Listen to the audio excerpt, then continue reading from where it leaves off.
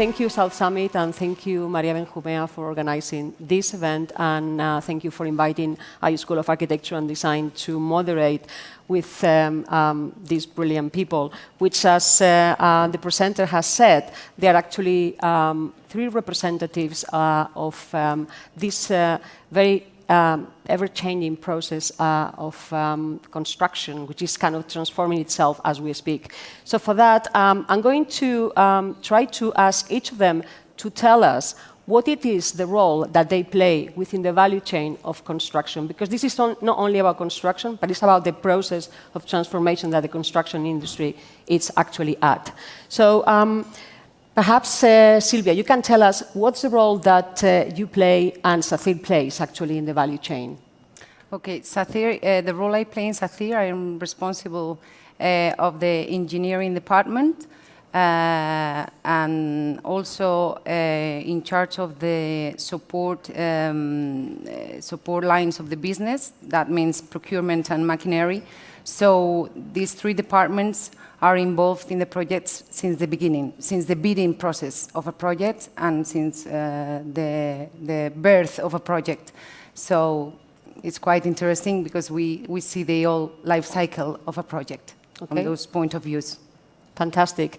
Thierry, with your company, which is actually a platform for advocacy in the use of green hydrogen somehow. So what is the role that you play as a CEO and also as the role that you see that the company plays in the construction process?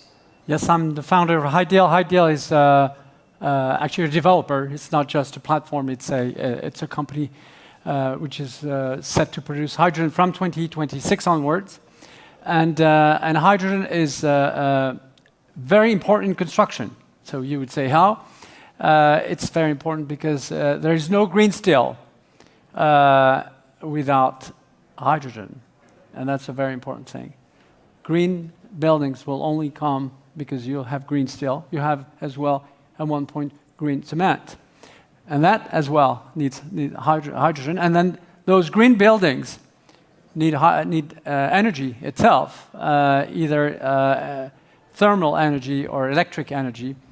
And yes, green hydrogen, we'll tell you a bit more about that, is going to be fundamental in this complete decarbonization venture of the construction industry. Thank you. We'll get back to what it is that green hydrogen is. And we have also Jonathan Bean. He's CEO of Materials Nexus. What is Materials Nexus and what role does it play in the construction value chain? Sure. So materials like concrete, steel, glass in construction obviously contribute to about 50% of all of the CO2 emissions.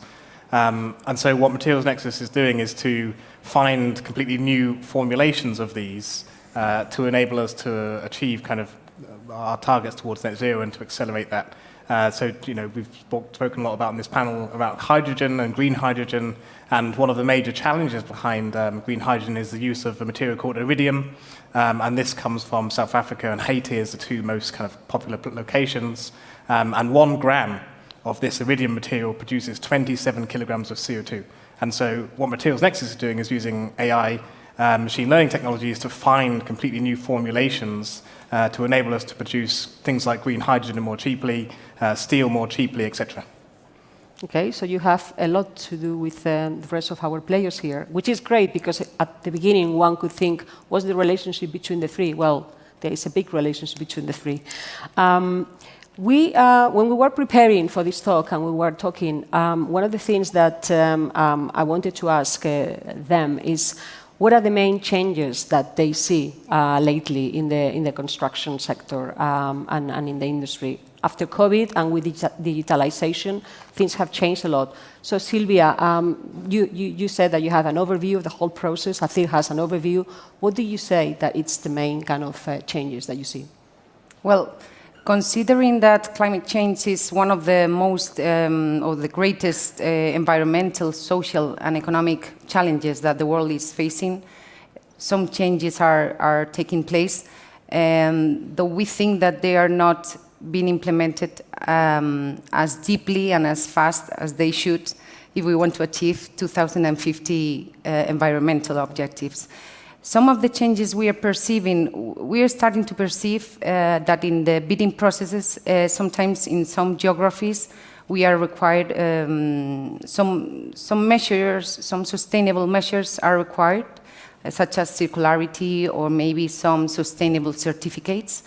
But this depends on the geography you move. For example, we are perceiving that in Europe, Australia, and as specific examples, we have a contract in the UK, for example, where we are working on a project in Belindre Hospital. This is an oncological hospital. We are designing it, and I think that's the most advanced building we are going to build. I mean, the main parameters that we are taking into account to design it is like it's going to be with a maximum efficiency. We are working on, we have to measure all the CO2 footprint of all the materials we are using, and all the energy that is gonna consume this. The building is gonna be from renewable sources.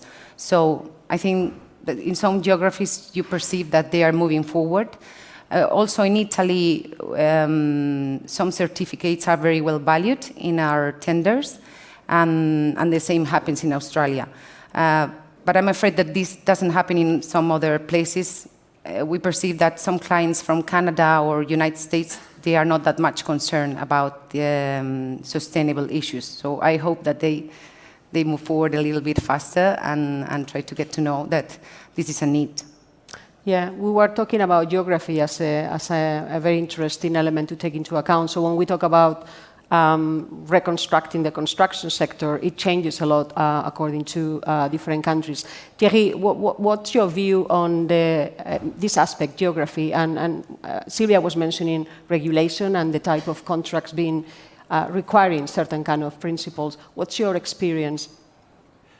The construction industry is a slow-moving industry. Because you have processes, you have materials that have been designed now. Obviously, regulation is changing, and especially on energy consumption. But overall, there is no revolution. And that's the problem. You want radical changes? Well, it's not just me. It's every one of us. We know, I mean, just a figure, in 1960, 80% of the world's energy mix was fossil fuels. In 2020, 80% of the world's energy mix was fossil fuels. Hasn't changed a bit, even though we've had 28 COPs. Nothing has changed. And this idea that we're going to solve that with conferences is not going to happen. And it needs to be, yes, not incremental. Now, lots of people here in this conference are talking about innovation. We all know that there is incremental innovation and disruptive innovation. And what is in need right now is something completely disruptive to move to zero carbon, not a bit less carbon, zero carbon. And that means that you have to redesign the whole thing, or you have to start with the materials, the equipments that are indeed zero carbon. Now, a major issue is not regulation. Major issue is market, pricing. I was discussing with a representative of Acciona a couple of weeks ago, who was telling me, we're not going to put any green steel in the constructions that we're building. I suppose you're doing the same thing with Sacyr, except two things happen. We're obliged to do it, and then we have to pass on extra cost to the users, but politicians don't want that. Or green steel is at the price of gray steel. And that's as simple as that. And what is a challenge, and what we're doing at Ideal, is precisely addressing it with this project that we're developing in northern Spain for ArcelorMittal and others, which is to say, how can we have something which is like coal, in this case, because steel is being produced from coking coal, which is at the same price or even cheaper than fossil fuels. And that's the huge challenge that we have. And it's binary. unless we get there, we won't be there. Now, what is fundamental is not just the cost of producing those equipment, it's the infrastructure as well that goes with it. And I'd like to say that what is happening here in Spain, you're talking about geography, Spain is the place. Spain is the first country where the National Gas TSO has announced 4,000 kilometers of pipelines, of hydrogen pipelines, crossing the whole country and connecting to France as well. First place in the world here. We don't talk enough about that. Yeah, you should. You should. I mean, this is a total game changer. It was announced by Nagas in its Dia del Hidrógeno in January, and they showed it. And it's public, by the way. I'm not talking about something which is not public. It's an absolute revolution. And it's the model. And when Europe says we want 20 million tons of hydrogen by 2030, now that was announced by Repower EU a year ago. 20 million tons of hydrogen by 2030 means 1 trillion euros of investment decisions to be made in the next 24 months in order to reach those objectives. They say, hey, we haven't heard about it either. But this is the challenge. And all of this, when it happens, it's going to be an overnight, a massive change. So the challenge right now is to solve that equation. And fundamentally, it's an economic equation, but it's also political will. And what we have seen right now in Spain, and then again, I don't want to enter politics here. I guess it's getting a bit complicated these days. But yes, the country is moving. And talking to, as a Frenchman, when the French president was summoned by the Spanish Prime Minister to Barcelona in January, saying, now let's sign this thing about the pipeline connecting France and Spain. Marsella. To Marseille, Barcelona to Marseille. Spain showed its leadership. So there again, congratulations, Spain. Okay. Let's move a little bit to geography, but let's talk about what's happening. How is from where you sit, you are based in Cambridge, in the UK.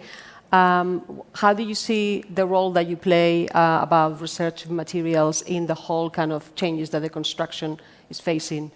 And how do you see yourself as an agent of change, if so?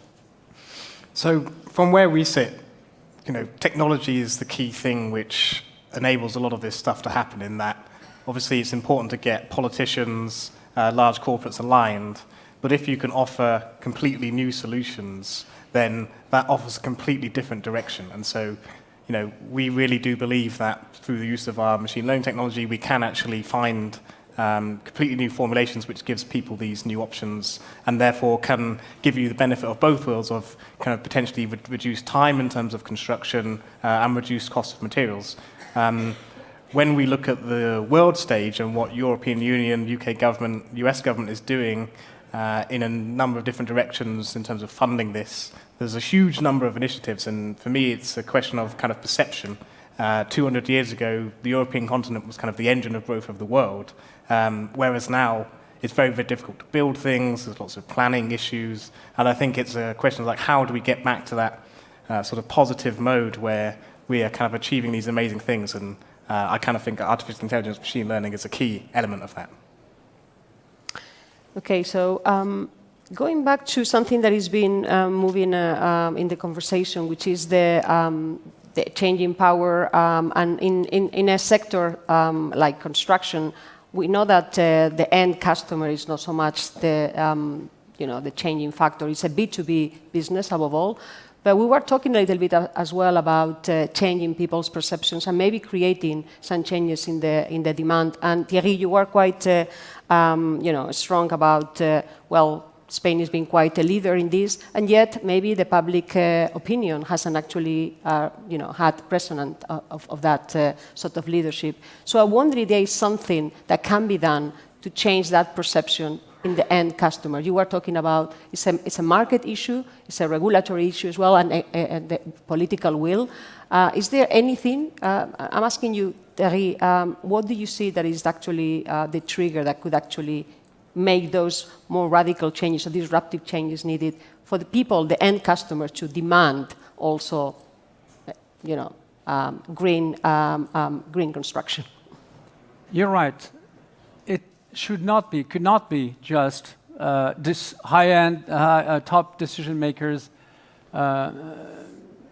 starting investing and doing things, and the rest of the population not knowing about anything.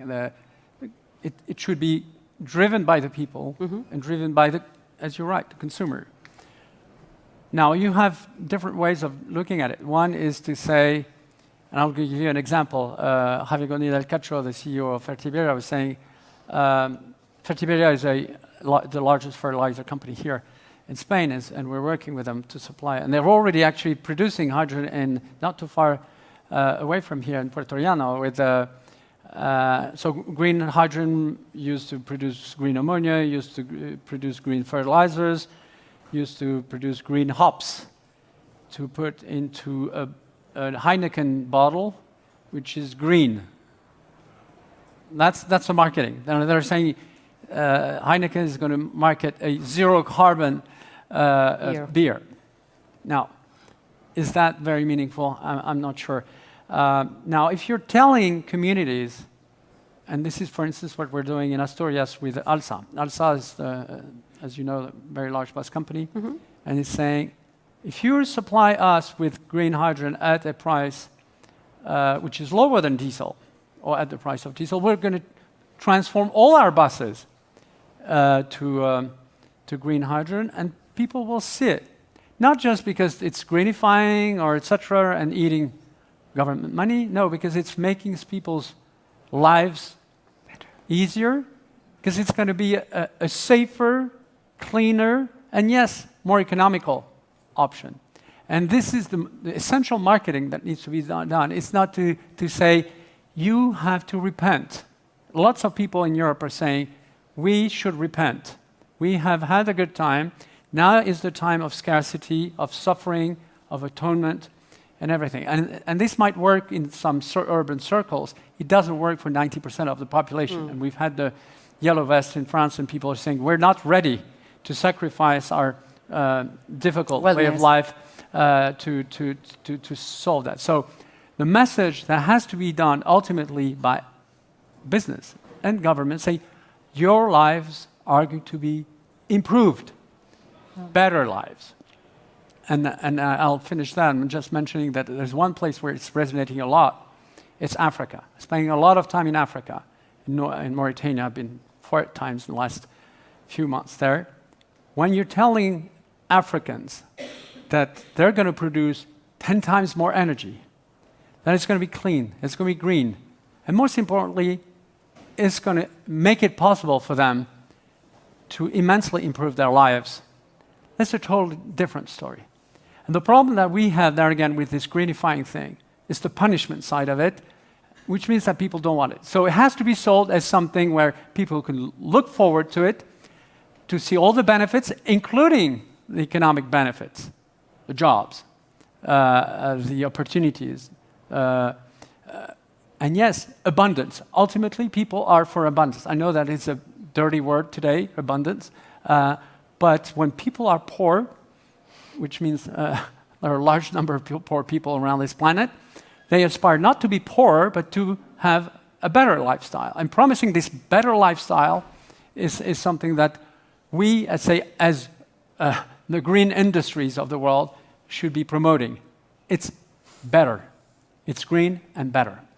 Okay, Jonathan, from the perspective of the work that you do and your company, and in relation to this change of mindset of the end customer, how do you see that? Because in a way, what you do, which is actually new material, seems like quite far-fetched from the end consumer.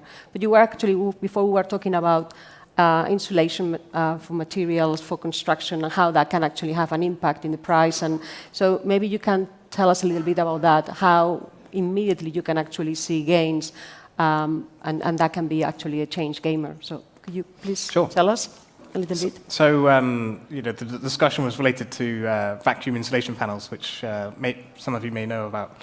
But one of the benefits of this technology, certainly in colder countries, less relevant in Spain, of course, is that you can make your wall thicknesses less. And so therefore you can increase the size of your kind of area of your property.